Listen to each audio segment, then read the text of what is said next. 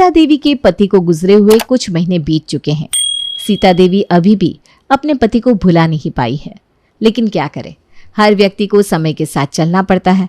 इसलिए सीता देवी भी अपने गम को भुलाते हुए अपने बच्चों के साथ जीवन बिता रही थी। खैर, सीता देवी के पति के गुजर जाने के बाद उन्हें अच्छी खासी पेंशन मिल रही थी। तो एक दिन जब सीता देवी बाजार से शॉपिंग करके घर लौटती है, बहू जरा पानी पिला दे तो। जी माँ जी, अभी लाई। रेखा अपनी सासू माँ के लिए एक गिलास पानी लेकर आती है। वो देखती है कि उसकी सासू माँ तो बहुत सारी खरीदारी करके आई है। अच्छा बहू, ज़रा मेरे लिए ना एक कप कड़क चाय बना दे। सुबह चाय पीना भूल गई थी तो अभी बहुत मन कर रहा है। जी माँ जी। रेखा किचन में जाती है और चाय चढ़ा देती है। चाय चढ़ाने के बाद वो सीधा अपने पति के पास जाती है और उससे चुगली करने लगती है। जी सुनते हो? हाँ, क्या हुआ? आप ना बस ऑफिस के काम में लगे रहते हो, कभी घर पे भी ध्यान दे दिया करो। अरे आखिर हुआ क्या है? अरे तुम्हारी माँ देखो तो आज कितनी खरीदारी करके आई है। अच्छा। अरे अचानक से तुम्हारी माँ इतना खर्चा कर रही है और तुम कुछ करते क्यों नहीं? तुम सही कहती हो। अगर हमें माँ के पेंशन का पैसा मिलने लग जाए तो हम लोग भी मौज मस्ती कर सकते हैं। और वैसे भी हमारी माँ को इस उम्र में पैसों की क्या ज़रूरत है? और नहीं तो क्या, वो देखो बेवजह बस पैसे उड़ाए जा रही है। अच्छा ज़रा जाओ और उनसे बात करो, देखो तो सही क्या क्या लेकर आई हैं। इसके बाद धीरज अपनी माँ के पास जाता है। क्या हुआ बेटा? माँ तुम बाज़ार गई थी, क्या क्या लेकर आई हो बाज़ार से?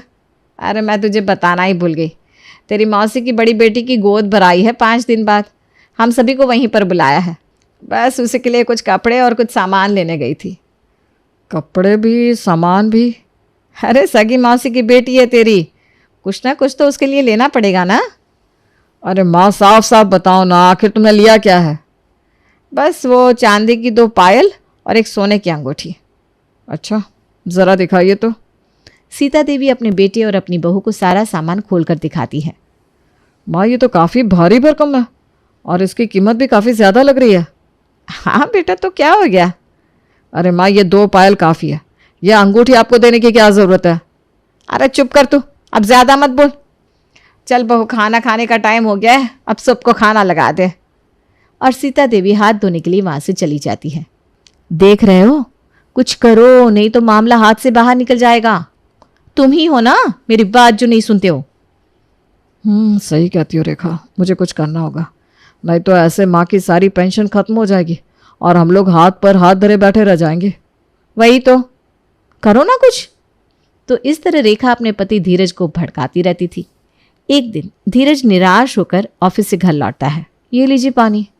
क्या हुआ, बड़े उदास दिखाई दे रहे हैं, सब ठीक तो है ना? अरे क्या ठीक है, वो बॉस हमेशा मुझे सुनाता रहता है। अरे आज ज़रा सी गलती क्या हो गई, उसने तो पूरा पहाड़ खड़ा कर दिया, सबके सामने मेरी इज्जत की धज्जियां उड़ा दी। 2 कौड़ी की नौकरी है और मुझे परेशान करके रखा है। चिंता मत करिए, आपके बॉस को तो भगवान उसके कर्मों की सज़ा देंगे। अरे मुझे उससे कोई फ़र्क नहीं पड़ता, उसे सज़ा मिले या ना मिले, लेकिन सज़ा तो मुझे मिल रही है ना। अब ये रोज़ रोज़ का नाटक हो गया है, परेशान हो गया हूँ मैं यार। अरे आप फिक्र मत करिए, छोड़ दीजिए इस नौकरी को। आपके अंदर इतनी काबिलियत है कि आपको इससे अच्छी और बेहतर नौकरी मिल जाएगी। हाँ। अरे रेखा, लेकिन दूसरी नौकरी मिलने तक समय लगता है ना, तब तक हम लोग अपना खर्चा कैसे चलाएंगे? अरे आपकी माँ है ना, उनको इतनी पेंशन तो मिलती है, वो कब काम आएगी? हाँ, बिना बेवजह टेंशन ले रहा है। घर में पेंशन वाली माँ है और बेवजह टेंशन। अरे रेखा, ये बात तो तुमने सही कही, वो तो मेरी माँ है, और अगर एक माँ अपने बेटे की मदद नहीं करेगी तो किसकी करेगी? मैं इस महीने की सैलरी ले लेता हूँ, फिर इसके बाद इस नौकरी को लात मार दूंगा। हाँ। अच्छा, अब ना जल्दी से फ्रेश हो जाइए, मैंने आपके लिए आपकी मनपसंद मटर पनीर बनाई है। अरे वाह, तुम बहुत अच्छी हो रेखा। शुक्रिया जनाब। इस तरह दोनों मियाँ बीवी के अंदर सीता देवी की पेंशन को लेकर लालच बढ़ता जाता है। खैर, शाम होती है और दोनों मियाँ बीवी बैठकर ये सोचने लगते हैं कि आखिर सीता देवी की पेंशन को किस तरीके से उनके नाम करवा दिया जाए, या फिर कोई ऐसा तरीका जिससे सारा पेंशन इन्हें मिले। इसके कुछ दिन बाद, माँ। हाँ बेटा। माँ आप इस पेपर पर साइन कर दीजिए, इसे मुझे परसों ऑफिस जाकर जमा करना होगा, नहीं तो आपकी पेंशन भी रुक सकती है। अच्छा ला ला बेटा। धीरज अपनी माँ को एक पेपर देता है। हाँ हाँ माँ, यहाँ पर आप अपना साइन कर दीजिए। ये ले। इसके 2 दिन बाद सीता देवी की पेंशन आने की डेट थी, लेकिन इस बार पेंशन उनके खाते में नहीं आई। अरे धीरज बेटा, इस बार मेरी पेंशन नहीं आई, मुझे ना बड़ी टेंशन हो रही है, चल जल्दी से बैंक चलते हैं। अरे माँ आप चिंता मत करो। अरे एक बात बताना तो आपको भूल ही गया था। क्या बेटा?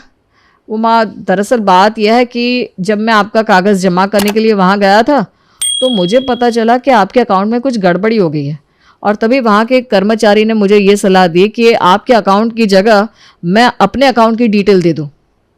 अच्छा हाँ माँ, अरे आप चिंता मत करो, पैसे कहीं भागे थोड़ी ना जा रहे, मेरे अकाउंट में ही तो है, मैं लाकर दे दूँगा आपको।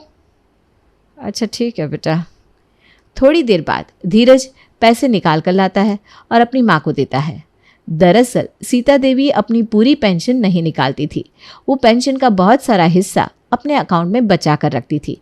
वहीं धीरज भी बड़ी चालाकी से अपनी माँ को आधा पैसा ही लाकर देता है। और माँ चिंता मत करना, आपके बाकी पैसे अकाउंट में ही रखे हैं, ठीक है? अच्छा बेटा। इस तरह सीता देवी की पेंशन का आधा हिस्सा धीरज के अकाउंट में आने लगता है और धीरज उन पैसों से अपनी पत्नी के लिए ढेर सारे गिफ्ट खरीदता है।